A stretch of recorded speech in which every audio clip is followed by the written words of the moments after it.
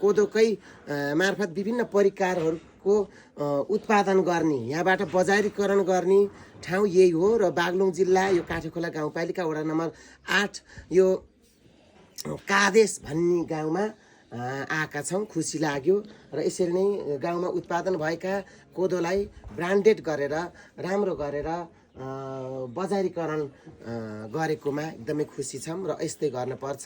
र कोदो लगाउने किसानहरूले पनि आफ्नो कोदोको मूल्य पाउनु भएकै छ पक्कै पनि, हो कि होइन? ल हेर्नु त कस्तो राम्रो ठाउँमा आयौँ। ल के छ त साउजी?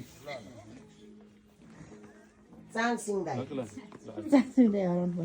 यहाँ पिस्ने मिल कोदो पिस्ने। हजुर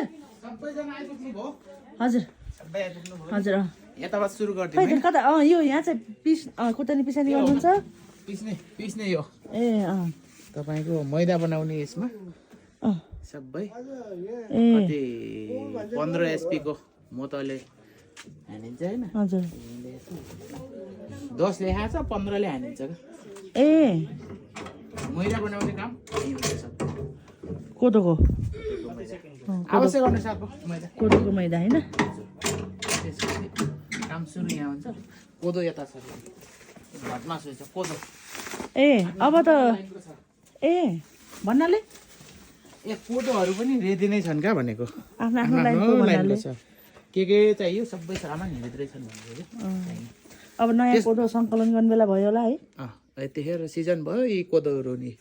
अब कोही आइरहेको छ, कोही गरेको। यस्तो गरौँ, यतापट्टि आएको छिरौँ, यहाँबाट यो ऊ हान्छ क्या, बरु यताको धुलो उता जान्छ, त्यही भएर यताबाट हाम त यताबाट।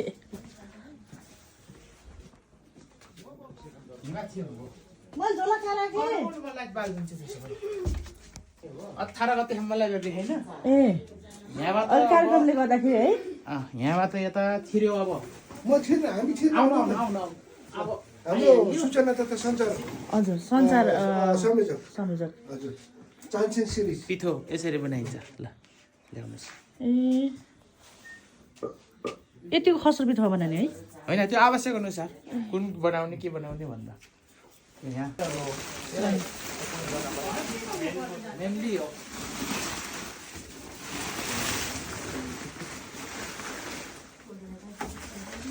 मेन्यु हो? हजुर मेन्यु हो? बिस्कुटको साइज हो। ए त्यत्रो मेसिन लिएर आएर जे होस् गरे होइन नपिउने भाइ गर्न पर्छ भन्ने किसिमले हजुर कस्तो लाग्यो चाहिँ राम्रो। तपाईँको